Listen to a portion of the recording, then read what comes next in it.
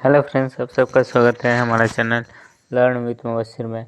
और आज फिर आप लोगों के लिए लेके आया हूँ सुगम गणित का क्लास 6 का है और चैप्टर सेकंड है पूर्ण संख्याओं पर मौलिक संक्रियाएं। पूर्ण संख्याओं पर मौलिक संक्रियाएं फर्स्ट वाला चैप्टर कर चुका हूँ। संख्याओं की जानकारी, उसके कुछ बहुत सारे पार्ट्स हैं। अब मैं ये सेकंड चैप्टर का प्रश्नमाला 2C कर रहा हूँ। तो इस पार्ट में मैं आपको क्वेश्चन कराऊंगा। तो स्टार्ट करते हैं फर्स्ट क्वेश्चन से। प्रश्नमाला 2C का फर्स्ट क्वेश्चन है, नियम बताइए जिसके आधार पर निम्नलिखित कथन सत्य है। यानी वो कौन सा नियम है जिसके आधार पर ये प्रश्न, ये कथन सत्य है। तो जैसा कि मैं सब पहले ही बता चुका हूँ कि जो संवरक ये जो कथन है ये संवरक नियम को संवरक नियम के आधार पर ये सत्य है। कैसा कि संवरक नियम कहता था कि ए बी कोई दो पूर्ण संख्या है तो ए बी का गुना मल्टीप्लाई ऑफ ए बी क्या हो जाएगा, बी गुना ए होगा। तो ये है। तो अगर हम 12 को ए मानते हैं और बी 16 को बी, तो 12 गुना 16 यानी ए गुना बी बराबर क्या होगा, 16 गुना यानी बी गुना ए यानी 16 गुना ए। तो ये कौन सा नियम होगा, गुना का कर्म विनिमय नियम, गुना का कर्म विनिमय नियम।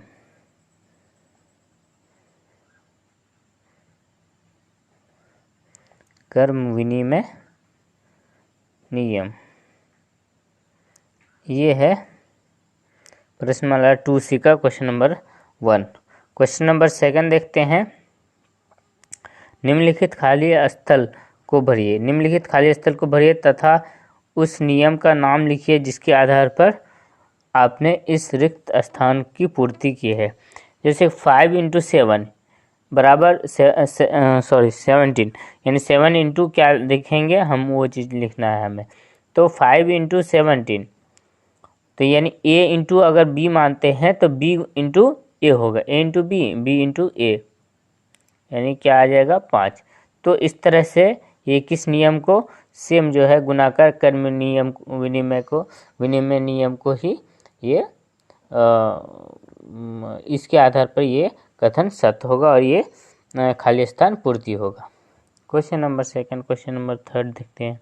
क्वेश्चन नंबर 3 में है, जिस नियम के अनुसार कथन 2 × 3 × 4 और ब्रैकेट 2 × 3 × 4 सही है, वह नियम निम्नलिखित में से कौन सा नियम है। यहाँ आपका क्या बोल रहे हैं कि दिया हुआ है 4 ऑप्शन है। नंबर 1 वितरण नियम, नंबर 2 गुना का कर्म विनिमय नियम, नंबर 3 है गुना का सहचर्य नियम और नंबर 4 है गुना का संवरक नियम।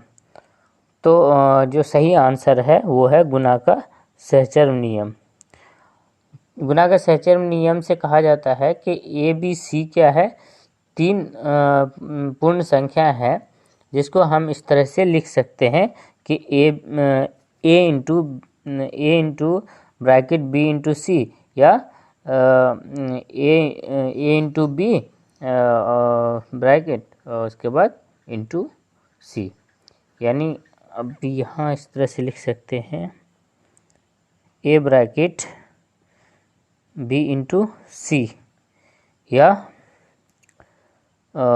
इसको किसी तरह से भी सजा सकते हैं ए इंटू बी ब्रैकेट सी। ये जो है ये किस नियम को ये करेगा, गुना का सहचर्य नियम को, गुना का सहचर्य नियम को। इस तरह से क्वेश्चन नंबर 3 कंप्लीट होता है। क्वेश्चन नंबर 4 चलते हैं। क्वेश्चन नंबर 4 है 1 इंटू होल 2 × 3 बराबर होता है 1 × 3, यानी 1 गुना 3 ब्रैकेट इंटू 3। तो गुना के किस नियम के आधार पर ये सत्य है। यानी ये किस नियम के आधार पर लिखा गया है। तो जो सही आंसर है वो है गुना का सहचर्म नियम। इससे पहले वाला भी, तीसरा नंबर भी वही बताया था, गुना का सहचर नियम। देखिए यहाँ मैं आपको एक चीज़ और भी बता दूं। जैसे कहा गया है ए ब्रैकेट बी इंटू सी बराबर क्या होता है, ए इंटू सी, सॉरी यहाँ बी भी दे देंगे, सी दे, ए इंटू बी मल्टीप्लाई सी। तो ये जो है इससे पहले वाले क्वेश्चन भी इसी पर बेस्ड था। ए इंटू बी इंटू सी बराबर ए इंटू बी और ब्रैकेट सी। तो ये चीज़ क्या है, गुना के सहचर्म नियम को गुना के सहचर्म के नियम के अनुसार लिखा गया है। क्वेश्चन नंबर 5 देखेंगे, वह नियम जिसके अनुसार पूर्ण संख्या p, q और r के लिए कथन सत्य है। p plus q into r बराबर p into r plus q plus r सत्य है।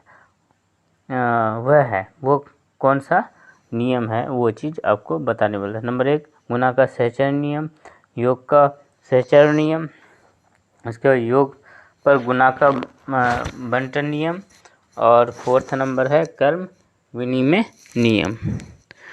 तो आप इसको ये किस नियम के आधार पर ये कथन सत्य है। क्वेश्चन नंबर 5 है, तो ये है गुना पर योग पर गुणन का बंटन नियम, योग पर गुणन का बंटन नियम के आधार पर ये कथन सत्य है। ये क्वेश्चन नंबर 5 कंप्लीट होता है। क्वेश्चन नंबर 6 की ओर चलते हैं। क्वेश्चन नंबर 6 है, नीचे के तारांकित चिन्ह यानी स्टार्स में उचित संख्या भरिए जिससे कि समताएं सही हो, यानी बराबर जो है सही हो। ये जो दिया हुआ है ये सही होगा।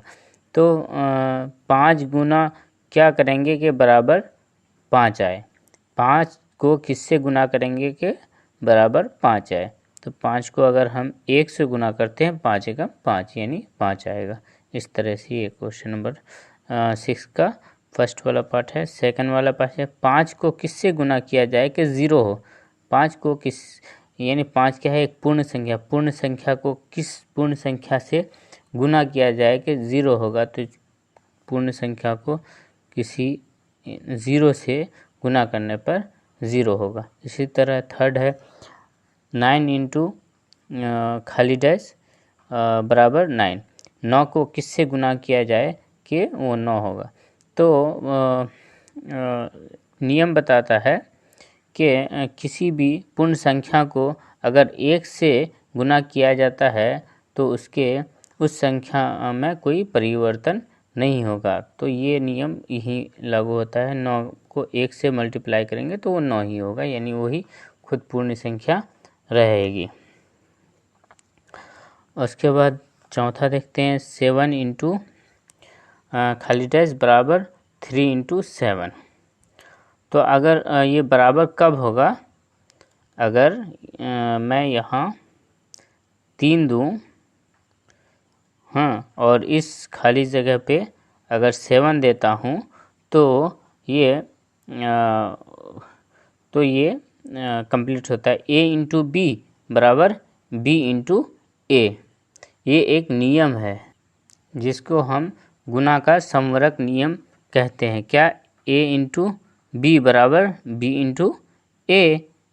तो इस नियम के आधार पर इस खाली स्थान को भरना है। उसी तरह 5th है कि किसी 0 को किसी यानी 0 पूर्ण संख्या है, पूर्ण संख्या को किसी दूसरे पूर्ण संख्या यानी 0 से मल्टीप्लाई करेंगे तो क्या होगा, 0 होगा। तो आप ये कह सकते हैं किसी भी पूर्ण संख्या को 0 से मल्टीप्लाई करने से 0 होगा, चाहे वो दोनों पूर्ण संख्याएं 0 क्यों न हो या उनमें से एक पूर्ण संख्या 0 हो। ठीक है, तो ये होता है। और छठा है कि 1 गुना खाली डैश बराबर 1, यानी 1 इंटू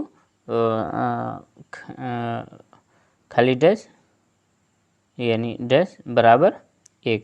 तो 1 को किससे गुना किया जाए कि 1 होगा, तो 1 को 1 से गुना करने पर 1 होगा, 1 को 1 से गुना करने पर 1 होगा। इसी तरह का एक नियम भी है कि जब कोई पूर्ण संख्या 1 हो तो उनमें से अन्य पूर्ण संख्या लेते हैं तो वो पूर्ण संख्या खुद वो होगा, तो योगफल वो खुद होगा। जैसा कि हम ये वाला किए थे, तो सेम वो नाफिज होता है, लागू होता है, तो हम ये वाला उसी बेसिस पे हल करेंगे। तो क्वेश्चन नंबर 6 समाप्त होता है। क्वेश्चन नंबर हम 7 देखते हैं। क्वेश्चन नंबर 7 है निम्नांकित तारांकित यानी चिन्ह यानी स्टार्स में उचित संख्या लिखिए। तो ये देखिए, फर्स्ट वाला है 9 + 9 + 9 + 9 + 9, यानी कितना है 1 2 3 4 और 5, 1 2 3 4 5, यानी 5 टाइम्स 9 है, तो बराबर क्या होगा 9 इंटू 5, 9 इंटू 5, तो यानी 9 को 5 से गुना करने पर के ये बराबर है। तो जब हमें ऐसा दिया हुआ रहेगा, अगर विस्तारित रूप लिखेंगे तो इस तरह से हम लिख सकते हैं, ठीक है। तो सेकंड भी उसी तरह है 1 2 3 4 5 6, 6 को 6 से मल्टीप्लाई करेंगे तो ये बराबर होगा 6 टाइम्स है। तो इस तरह से क्वेश्चन नंबर 7 समाप्त होता है। और ये प्रश्नावली 2C का फर्स्ट पार्ट, इसके बाद सेकंड पार्ट आएगा जिसमें मैं आपको पूरा क्वेश्चन करके बताऊंगा। फ्रेंड्स, आपको अगर वीडियो अच्छी लगी और मेरी बात समझ में आई तो आप इसको लाइक कीजिए और अपने दोस्तों को शेयर कीजिए और हमारे चैनल को सब्सक्राइब ज़रूर कीजिए, ताकि आपको सारा नोटिफिकेशन मिलता रहेगा और आप इससे फ़ायदा उठा पाएंगे। थैंक यू, बहुत बहुत शुक्रिया।